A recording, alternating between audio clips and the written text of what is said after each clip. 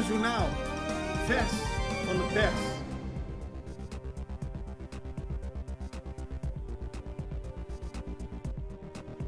Welkom bij Extra Journaal. Fijn dat u weer kijkt. We hebben het belangrijkste nieuws voor u op een rij gezet. Het is 17 augustus en dat betekent dat onder meer de Tula-herdenking plaatsvindt. En dat gebeurt ook in Nederland. En aan het eind van deze uitzending hebben we een interview, geluidsopnames van een interview die Suzica Media Reumer in Nederland heeft gehad. En dat klinkt heel interessant. Maar laten we beginnen met het belangrijkste nieuws hier. Want de Extra opent de krant vandaag met een opmerkelijke actie van een agent, van een persoon die gesolliciteerd heeft in Nederland om agent daar te worden. En wat wil het geval? Gisteren stond de man voor de rechter. Hij is een van de verdachten bij de grote Perret-zaak. Die gaat om de smokkel van meer dan 800 kilo cocaïne. Hij zou daarbij een rol hebben gespeeld en hij is 10 keer overhoord. Maar elke keer zei hij niet te weten waar het om ging. Het was al 10 maanden geleden of 4 jaar geleden. Dat kon hij zich allemaal niet herinneren. Dus na 10 verhoringen bleef hij op zijn onschuld hameren. Maar ja, tegelijkertijd heeft hij wel gesolliciteerd in Nederland als agent. Zijn familie is al daar, maar het is een opmerkelijke twist van de zaak, van de Perret-zaak, waarbij 7 verdachten zijn en 5 mensen vastzitten. Dit was de tweede proforma zitting. Later wordt de zaak volledig herhaald. Niet herhaald, wordt de zaak volledig gevolgd.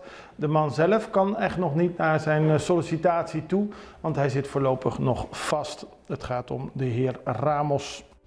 Dan zet de rechter de sloop stop. Dat is het verhaal over de Keukenstraat en de Sommelse Dijkstraat in Poenda. Daar heeft de Fundación Pro Monumento een kort geding voor aangespannen. Zij vinden dat de argumenten van de overheid om het pand te slopen niet valide zijn. En de rechter heeft gisteren in een kort geding bepaald dat de sloop stopgezet moet worden. En verder moet worden gekeken wat de bezwaren van ProMo precies zijn. En pas dan kan er eventueel verder worden gegaan met de sloop. Minister Cooper van VVRP is zeer teleurgesteld en die zegt als er iets gebeurt, al daar, als er mensen gewond raken doordat er iets naar beneden valt van het gebied, dan is de vereniging en de rechter daarvoor verantwoordelijk. Dame neergestoken in de Havenstraat. Vervelend verhaal. Gisteren rond 5 uur vanmiddag is in Otrobanda in de Havenstraat een vrouw neergestoken, meerdere keren met een mes gestoken door haar ex-partner. De vrouw moest naar het ziekenhuis, de man is weggereden en werd later door de politie aangetroffen in Suax in zijn auto waar hij zelfmoord heeft proberen te plegen en hij moest ook naar het ziekenhuis worden gebracht. Beide zijn nog onder behandeling, maar het is een heel vervelend familiedrama. Schietpartij in Bogasammy, ook geen positief nieuws, maar gisterenmiddag is er geschoten op de Kayaskalci. Daar is op een huis geschoten vanuit een auto. Er is niemand gewond geraakt en volgens omstanders klonk het als een automatisch geweer. Wat de achterliggende reden is, dat weten we niet. De zaak wordt nog onderzocht in ieder geval. Overleg over toekomst raffinaderij, dat zegt Wendel Meulen. Hij is de voorzitter van de Sindicatus Centraal Curaçao, de SSK. Hij doet een oproep aan minister-president Gilmar Pik-Pisas om met de stakeholders te gaan praten over de toekomst van de raffinaderij. Op dit moment loopt Pisas te veel achter Refineria di Curaçao aan. Wordt alleen maar gekeken naar de belangen van de raffinaderij. Maar voor de toekomst hebben veel meer mensen iets te zeggen. Oud-werknemers, aannemers, maar ook andere bedrijven. En volgens Wendel Meulen is het tijd om met elkaar om de tafel te zitten. Minimarkt gesloten na veel controles. Gisteren heeft de politie een minimarket gesloten nadat controleurs van het ministerie van Economische Ontwikkeling vaak langs waren geweest en vaak hadden geconstateerd dat er niet aan de vergunningen werd gehouden. De vergunningen waren niet op orde en ook als ze terugkwamen bleven die niet op orde. Ook werd er illegaal nummers verkocht en op zo'n gestructureerde manier dat er verschillende kassa's waren, zodat er echt wel bewust geen OB werd betaald, dat de politie samenwerking met de MEO heeft besloten de zaak voorlopig te sluiten. Censo weer van start. Op 2 september gaan er meer dan 700, namelijk 741 controleurs op pad. In het kader van Censo 23 zullen zoveel mogelijk mensen op Curaçao ondervraagd worden. Zo'n enquête duurt een minuut of 45. En gisteren tijdens de persconferentie, waarbij ook minister Martina aanwezig was, die benadrukte dat niemand bang hoeft te zijn. Dus simpel gezegd, ook als je vergunning niet op orde is, kun je wel gewoon met Censo praten. De Censo-controleurs die hebben een blauwe vest aan en ze hebben een badge met een QR-code, zodat je kunt controleren dat je met de correcte mensen spreekt. Essa aqui da família Coopera. Biba junto de nang barrio na Corsou. Tinha tata e mama trado e yunang huela pensiona e nang cacho. Nang tapasa hopi tempo junto ta come, bebe, hari, pleita, keiru, traha, hunga e hasikos que nós ta hasi na Corsou de nos vida diário. Nang sa o censo ta 100% anônimo. E, nang sa o censo 23, não ta pahaya informação personal, mas pahaya vista total de nos país. Cooperando, abot ayuda instância na Corsou, hanya bom data com qual nang portuma decisão informar. Pensei, nos turco ta bibaki, seja legal ou não, ta vai cooperar. CBS ta informar abot tocante censo 23. E família aqui ta cooperar. Abot também? Panosa comnosta. We gaan verder met het andere nieuws en dat heeft te maken met de Tula-herdenking.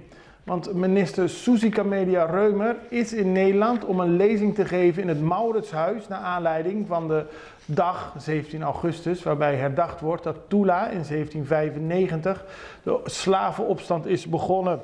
Volgens oud-minister Suzy Camelia Reumer is het een belangrijke herdenking en zij werd gevraagd in een programma Spraakmakers, zo heet het programma, van de KRO-NCRV, om zich te buigen over het belang van Tula. En u kent Suzy Camelia Reumer, zij geeft graag antwoord op de vragen. Ik pak even de papieren erbij, want die liggen een beetje door de war.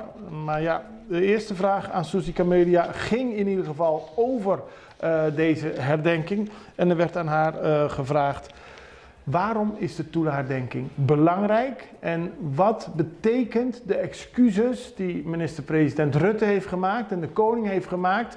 Is dat dan een soort afronding van een verhaal? Zijn we er al of zijn we er nog niet? We moeten niet denken dat we er zijn omdat de premier en de koning excuses hebben aangeboden en zelfs vergiffenis hebben gevraagd. Want zolang er die racistische tendensen zijn, en die zie je zelfs in de Tweede Kamer, dat mensen beoordeeld worden op etnische afkomst. Zolang die er zijn, dan zijn we er met elkaar nog niet. Ja. Zolang men vindt dat men tegen mij na 400 jaar kan zeggen van als het je niet bevalt, stap maar uit het koninkrijk. Jij bent in 1634 naar mijn eiland gekomen en mijn Indiaanse voorouders verjaagd en mijn Afrikaanse voorouders daar gebracht. En mijn Nederlands bloed ben jij zelf. Hoe kun je me zeggen na 400 jaar dat als het me niet bevalt, ik weg moet gaan? Dus zolang dat nog in het hoofd zit, bijvoorbeeld in de Tweede Kamer, dan gaat de strijd van Tula door. Ja, wie heeft dat tegen u gezegd dan? Tegen mij niet, maar u hoort het toch van Kamerleden die dat zeggen. Als wij gewoon een beroep doen op gelijkwaardigheid. Want we zijn minstens even dom of even slim als de Nederlanders. Hè? Mijn pigment bepaalt niet mijn hersenen. We kunnen het aan de andere Suzy vragen. Mijn pigment bepaalt niet mijn hersencapaciteit. Ander onderwerp dat aan de orde kwam is de ogenschijnlijk ongelijke behandeling van Curaçao ten opzichte van Suriname. In Nederland is er meer aandacht voor de wijze waarop de afschaffing van de slavernij in Suriname is gegaan. Zo legde de presentator aan Suzy Camelia Reumer voor en die reageerde daarop. In Nederland is dit jaar veel aandacht voor het slavernijverleden. Omdat het 150 jaar, in 1873 geleden is dat slavernij werd afgeschaft in de koloniën. Voor Curaçao is die afschaffing 160 jaar geleden. Geeft het aan dat er wat minder aandacht is voor Curaçao en dat de focus meer ligt op Suriname? Ja, en we zouden ons kunnen afvragen waarom. Misschien zijn we zelf als Curaçaoenaar niet voldoende actief in Nederland. Maar misschien heeft Suriname ook meer economische kansen voor Nederland vanwege de olie en bauxiet en het goud. Want als de premier daar naartoe gaat, dan neemt hij een hele groep, hoe zeg je dat, business people mee, delegatie migratie. Dus ja, die economische verschillen blijven een rol spelen. Maar ik vind dat wij van Curaçao gewoon onze positie moeten blijven eisen.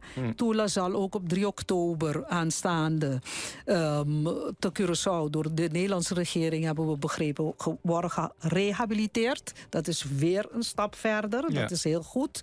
En wij, ook van de kleinere eilanden, wij moeten gewoon blijven staan. Kijk, of je nou nogmaals, of in een kleine plek bent geboren of niet, of je Barack Obama, een arme moeder uit Texas en een arme vader uit Kenia, president van de Verenigde Staten kan worden, dan kunnen wij ook alles worden. Dat is altijd mijn overtuiging geweest. Ja. En ook een heel interessant onderwerp dat aan de orde kwam, zijn de gezondheidsgevolgen van de slavernij. 60 miljoen mensen in het Caribisch gebied hebben bepaalde ziektes veel vaker dan andere mensen in de wereld. En dat heeft onder meer te maken met de slavernij, zo legde Suzica Media Reumer uit. Wetenschappelijk onderzoek is daardoor is gebleken. Er is een research center in de Caribiën.